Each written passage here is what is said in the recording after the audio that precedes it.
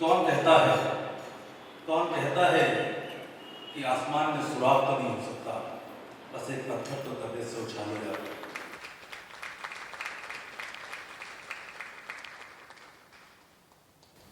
मैं अक्सर ट्रेडिशन से बाहर निकल जाता हूं कि पहले स्वागत करना है, धन्यवाद देना है, तो नहीं सीखा मैम। सहज सरल सुलभ हर वक्त, मतलब ऐसी प्रिंसिपल इनकम टैक्स कमिश्नर होंगी तो इस देश में किसी को इनकम टैक्स से डर नहीं लगेगा। और बड़ा हम लोगों का सौभाग्य रहा कि आपसे बार बार लगातार इंटरैक्शन होता रहा, विचारों का आदान प्रदान होता रहा। और विचारों की विशेषता क्या होती है कि 1 और 1 11 और 2 और 2 22 हो जाते हैं। तो ऐसे ही महान व्यक्तित्व शिखा मैम का हार्दिक स्वागत, अभिनंदन, बहुत आभार, धन्यवाद कि आपने मुझे अवसर दिया आज यहाँ पर एक ऐसे विषय पे बोलने के लिए जिसका मैं न जानकार हूँ, ना मैं विशेषज्ञ हूँ, ना मैं पर्यावरणविद हूँ, ना मैं इकोलॉजी का ज्ञाता हूँ, परंतु मैं इस धरती का एक वासी हूँ और मुझे इस पर्यावरण से भी लेना देना है, मुझे इसकी इकोलॉजी से भी लेना देना है। इस पे होने वाली हर बात मेरे पे फर्क डालती है। तो थैंक यू सो मच सभी मंचासीन, हमारे अध्यक्ष जी, जितने भी लोग यहाँ मौजूद हैं, सबका मैं बहुत ही स्वागत अभिनंदन करता हूँ और आभार व्यक्त करता हूँ कि शुरुआत हमेशा एक से होती है और एक जब काम का एक्शन दिखाता है, जब काम से लोगों को प्रेरित करता है तो उसको लाखों करोड़ों में बदलने में वक्त नहीं लगता है। एक छोटी सी 2 लाइनें और पढ़ना चाह रहा हूँ। हो गया जो मुझे कुछ, हो गया जो मुझे कुछ, तो मेरा क्या जाएगा। हो गया जो मुझे कुछ, तो मेरा क्या जाएगा, पर इस बात में कोई शक नहीं कि तुम्हारा नामो निशान मिट जाएगा। हो गया जो मुझे कुछ, तो मेरा क्या जाएगा, पर इस बात में शक नहीं कोई कि तुम्हारा नामो निशा मिट जाएगा। रहने की व्यवस्था करी है, जीने की व्यवस्था क्यों नहीं करी। मकान बना लिया, पानी की व्यवस्था क्यों नहीं करी, ऑक्सीजन की व्यवस्था क्यों नहीं करी। तो प्रकृति की व्यवस्था, प्रकृति का निर्माण हमारे जीव जंतुओं के साथ ही है। तो ऐसी ही तमाम बातें मैं आपके साथ थोड़ी थोड़ी करने वाला हूँ। संजीव त्रिपाठी भैया, सॉरी कि हम लोग कभी आपके साथ कदम के साथ कदम नहीं मिला पाए, लेकिन आपके कार्यों को पूरा जनपद सराहता है और आपने जो कार्य किया है उसकी जितनी मिसाल दी जाए कम है। तो एक बड़ी तालियां हो जाएं सर के लिए। अब हम चलते हैं, क्या नई बात कर रहे हैं, क्यों पर्यावरण की बात की जरूरत क्या है करने की। अरे हमारे यहाँ तो बताया गया था कि बरगद की पूजा करनी है, नीम का पेड़ लगाना है, तुलसी हर आंगन में होनी चाहिए थी। हाँ, तुलसी लगाइए, तुलसी की पत्ती को चाय में डाल के खा लिए, कैंसर ही नहीं होगा। बरगद की पूजा करिए, बरगद संरक्षण करिए, कार्बन डाइऑक्साइड कम हो जाएगी। है, नीम से दुनिया भर के इलाज होते हैं। तो ये तो बड़ा आसान सा सिस्टम था, क्यों जरूरत क्या पड़ गई इसकी। तो प्रकृति की रक्षा, भविष्य की रक्षा, प्रकृति की रक्षा, भविष्य की सुरक्षा। तो इन्हीं बातों से मैं एक बात कहता हूँ, हमारी संस्कृति तो पूजा पाठ की है, हमारी संस्कृति तो मानव एवं मानवता के लिए है। पेड़ों की पूजा, पेड़ों की पूजा, जीवों की सुरक्षा, पेड़ों की पूजा, जीवों की रक्षा, यही तो है पर्यावरण सुरक्षा। पेड़ों की पूजा, जीवों की रक्षा, यही तो है पर्यावरण सुरक्षा। हमारे पूरी इकोलॉजी सिस्टम था कि छिपकली कीड़े को खाती है, उस छिपकली को मेढक खाता है। हाँ? और मनुष्य को बुद्धि विवेक इसलिए दिया गया कि वो मानवता का ध्यान रखे। उसने मानव का ध्यान रखा। मानवता में क्या है, उसको जीव जंतुओं की रक्षा करनी थी, उसको पूरी इकोलॉजी का ध्यान देना था। लेकिन सिर्फ मैं रहोगे तो क्या होगा, घर में तो चूहे दौड़ेंगे, कीड़े दौड़ेंगे, इकोलॉजी तो मैनेज नहीं होगी ना, क्योंकि उसकी जो इकोसिस्टम था वो बिगाड़ दिया हमने। तो ये छोटे छोटे उपाय आज मैं आपके साथ बताने वाला हूँ, जिसके लिए मैम ने मुझे बुलाया है। अभी एक बहुत छोटा काम मैं कर रहा था, शायद ऑब्जर्व नहीं किया आप लोगों ने। हमेशा हम लोग बोलते हैं केयरिंग इज शेयरिंग, कुछ जो छोटे छोटे उपाय बताता हूँ साथ में, मतलब इकोलॉजी के साथ साथ मोटिवेशन भी हो जाए कि यदि मीठा कम करना है जीवन में, शुगर की प्रॉब्लम है, कम मीठा खाना चाहते हैं, तो बहुत आसान उपाय है, बांट के खाइए। कभी 25 खाइए, कभी 75 खाइए, लेकिन बांट के खाइए। हाँ, दूसरा, लोग कहते हैं जल्दी उठ नहीं पाते। अरे भाई इसमें कौन सी साइंस की बात है, जल्दी सो जाइए, it would be very easy. अब पर्यावरण संरक्षण का इससे क्या लेना देना? अरे भाई पेपर नैपकिन अगर आधी से काम चलता है तो वो भी बांट लीजिए ना। Why you are using full one, या उसके बाद दूसरी भी क्यों यूज करते हैं? वहां केयरिंग शेयरिंग क्यों नहीं? क्यों? क्योंकि होटल में फ्री मिलता है, या इसकी वैल्यू बहुत कम आती है। हमें थोड़ा आज और अभी नहीं, परसों को देखने की जरूरत है, जिससे हम बरसों तक रह पाए। आज और अभी के बजाय जब हम परसों को देख पाएंगे तभी हम बरसों तक रह पाएंगे। ये बहुत छोटा उपाय है। बड़ा उपाय भाई, मैं बड़ा पेड़ नहीं लगा सकता बिकॉज मेरे पास आसपास कोई व्यवस्था नहीं है कि मैं बड़ा पेड़ लगा पाऊं, लेकिन मैं एक टिश्यू पेपर का सदुपयोग करके कहीं ना कहीं पर्यावरण संरक्षण में अपना योगदान दे सकता हूं। अब कुछ हम आपको भयानक तस्वीरें दिखाते हैं दुनिया की और भारत। एक छोटी बात और कहता हूं कि नेचर प्रेमी है, नेचर की बात करते हैं, नेचर की जरूरत होती है, और वेकेशन किसको कहते हैं? नेचर के पास जाने को वेकेशन कहते हैं। हाँ, खुली हवा में सांस। तो यहां किसने रोका था भाई? घर के बाहर वर्टिकल गार्डन नहीं लगा लेते? वॉल पे तो लग जाते हैं, किसने रोका? हमारे एक और बड़ी विशेषता है कि हमारे यहाँ पूजा करने की पद्धति है और पूजा में फूल चढ़ाने की पद्धति है। तो गमले में तो इतने फूल उग ही सकते हैं कि हम अपने घर की पूजा अपने फूलों से कर लें। इसमें कौन सा साइंस है, कौन सा रॉकेट साइंस? और एक विशेष बात और बता दूं सारे श्रोतागण, मैं आपसे कोई भी वो बात नहीं करूंगा जो मैं अपने जीवन में नहीं अडॉप्ट करता हूं। मेरे किसी भी वीडियो में, कोई भी किताब में जो भी मैं लिख रहा हूं, मैं कोई ऐसी बात नहीं करता जो मैं स्वयं नहीं करता। जो भी बातें मैं आपसे पूरे टाइम करूंगा वो सारे बातें मेरे जीवन से संबंधित हैं। मेरे परिवार, मेरे घर में, उनके ऑफिस में उस काम को किया जाता है। तो action speaks louder than word, इसको समझना ही जीवन में सबसे आवश्यक है। पर उद्देश्य कुशल बहुतेरे, obviously action speaks louder than word. हमें एक्शन की तरफ रहना चाहिए। तो ये बात समझने की जरूरत है कि नेचर से हम इतने दूर आ गए कि नेचर के पास जाना ही जो है वेकेशन हो गया। यहीं पे हरियाली होती तो शायद ना मन करता। दिल्ली में हम लोग बता रहे हैं कि 25 करोड़ 50 करोड़ की फ्लैट बिक रहे हैं। पता है क्यों बिक रहे हैं? क्योंकि जंगलों को पहले बनाया गया, फिर उन फ्लैट्स को बनाया गया। तो नेचर में रहने के लिए people are paying that highest cost. एक मैं नाम पूछना चाहता हूं, आप लोगों से बताएंगे तो बहुत ही अच्छा लगेगा कि यहाँ पे कोई तैयारी से किसी सोच से आए थे। जादव मोलाई पयांग, ये नाम किसी ने सुना? जरा भी नेचर से प्यार है तो ये नाम जरूर पता होना चाहिए। रिसेंटली उनको पद्मश्री मिला है। असम के जोरहाट शहर में रहते हैं। ये बात उससे फिर लागू हो जाएगी मैम आपके शेर से कि एक पत्थर तबीयत तो उठा लो। हाँ बताइए भैया।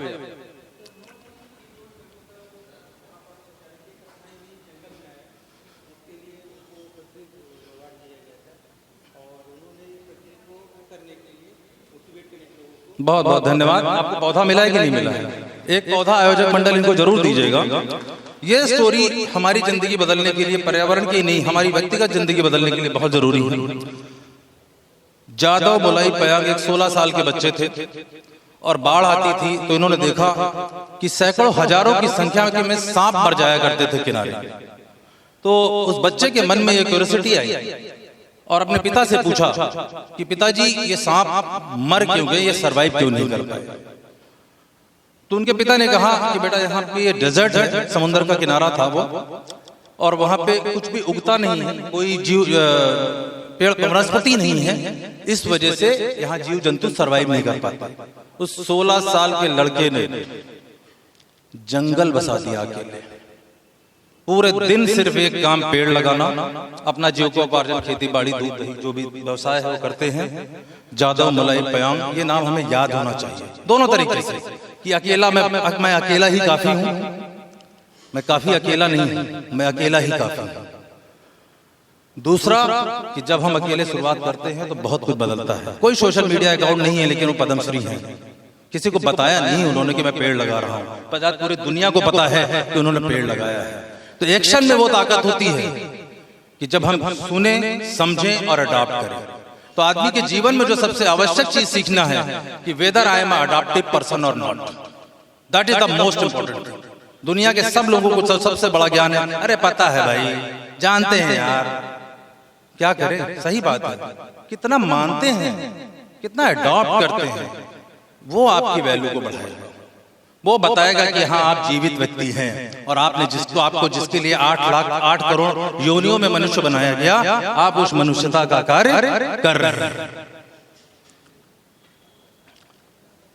तो ऐसी कहानियों से प्रेरित होकर कुछ ना करिए, खाली आत्मनिर्भर पूजा घर बना लीजिए कि मेरे घर में पूजा तो मेरे ही फूल से होगी। आत्मनिर्भर भारत, ठीक है, आत्मनिर्भर पूजा घर बना लीजिए। कुछ तो कार्बन, कुछ तो ऑक्सीजन लेवल का फर्क आएगा और अच्छा भी लगेगा कि मेरे गमले में हुए फूल हैं तो भगवान को चढ़ाते हैं। और कहीं ना कहीं हमें लगता है जो हमारी संस्कृति है ना 100% साइंस ड्रिवन है, 100% साइंस ड्रिवन। पेड़ पौधों की पूजा करते हैं, उसके पीछे सब यही सब रीजन है।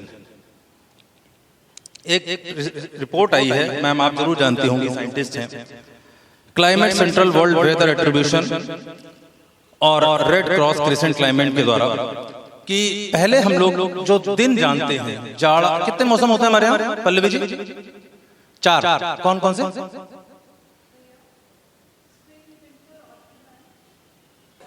मतलब थोड़ा देसी तरीके से जितना जानते हैं, शायद 4 महीने के 3 मौसम बताए गए थे हमारे यहाँ। रंजना जी आपको जान के दुख होगा कि गर्मी अब जो है 4 महीने 26 दिन की हो गई है। अब छोड़ दीजिए उसको, जाड़ा गर्मी बरसात हम जानते हैं और 4 महीने में बांटे गए थे, लेकिन गर्मी अब 4 महीने 26 दिन की हो गई है भारत में और एशियन कंट्रीज में। और रवांडा, इंडोनेशिया और तमाम देशों में वो 8 महीने की हो गई है। हमारे यहाँ 26 दिन बढ़े हैं, वहां पर 120 दिन गर्मी के बढ़े हैं। इस तरह की डिजास्टर्स सिचुएशन के लिए तैयार हुई है, जो अभी बता रही थी मैम ना चूहे वाला, तो ये हो रहा है, हम उसी चूहे की तरह हो रहे हैं। हम धीरे धीरे अपने को एसी चला के, एसी का टेम्परेचर घटा के, अच्छी कैपेसिटी के एसी खरीद के हम अपने को किसी तरह क्लाइमेट में एक्मेटाइज कर रहे हैं, है ना? अब रंजना जी कुछ कहना चाह रही थी, कह भी सकती है। देखिए, सच को जब सच मानेंगे ना तभी हम सुधार कर पाएंगे, और सच को सच नहीं मानेंगे तो सुधार नहीं कर पाएंगे। तो एक दूसरी रिपोर्ट है IIT भुवनेश्वर की, जिसमें इन्होंने बताया, और ये हम लोग महसूस भी करते हैं कि जैसे ही हम यहाँ से भी मांडा या किसी दूसरे जगह जाते हैं, जब हरियाली की तरफ बढ़ते हैं तो टेम्परेचर डाउन हो जाता है। तो ग्रामीण क्षेत्रों की तुलना में शहरी क्षेत्रों में 60% गर्मी ज्यादा होती है। तो रीजन क्या है? ग्रामीण क्षेत्र में इतना ही ना कि खुला हुआ है, कंक्रीट नहीं है। और एक संजीव भैया जानते होंगे जो एक इफेक्ट होता है कंक्रीट का, क्या बोलते हैं उसको? हाँ, बहुत अच्छा वर्ड है, इसलिए मैं चाह रहा हूँ कि पूरा सही सही उसको बोल दिया जाए।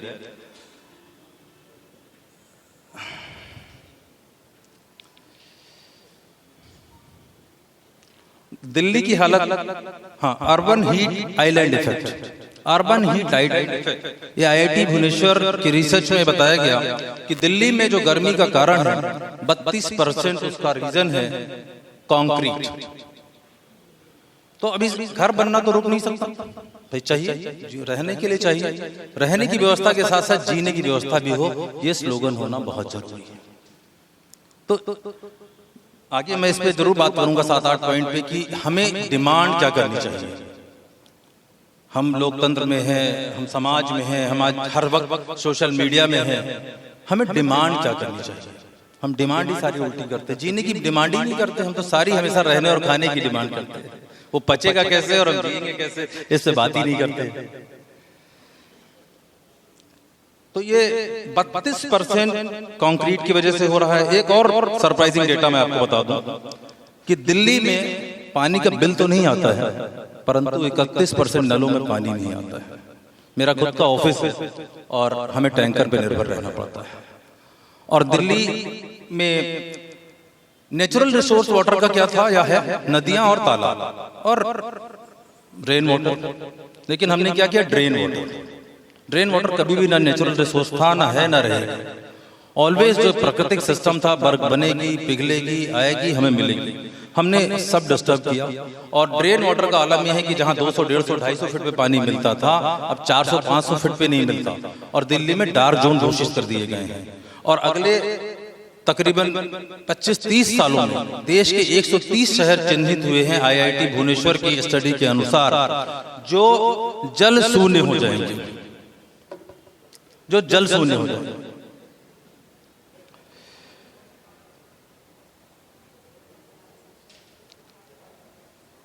चलिए मैं एक आखिरी डेटा के साथ आगे बढ़ूंगा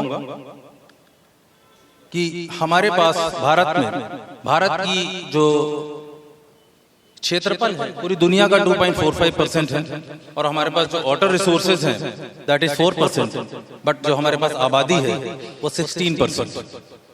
तो ज्यादा आबादी वाले देश के नाते हमारी जिम्मेदारी भी ज्यादा है कि हम वाटर मैनेजमेंट पे, ग्रीनरी पे, इस पे ज्यादा काम करें।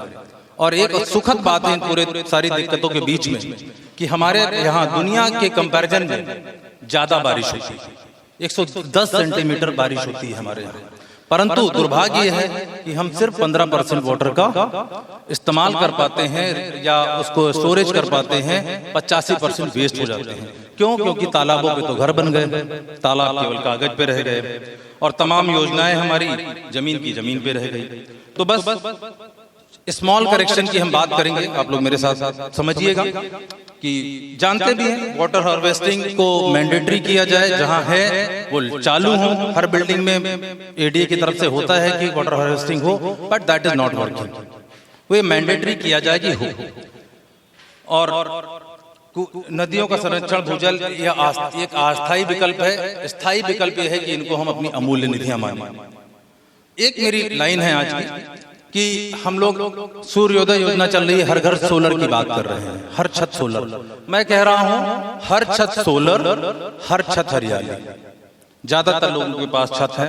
हमारे शहर में नेक्सा शोरूम के पास सामने एक बिल्डिंग है, उसमें एक दंपति ने अब अकेले, जबकि काफी लोग रहते हैं, पूरा गमले से गार्डनिंग कर रखी है, बेहतरीन कर रखा है।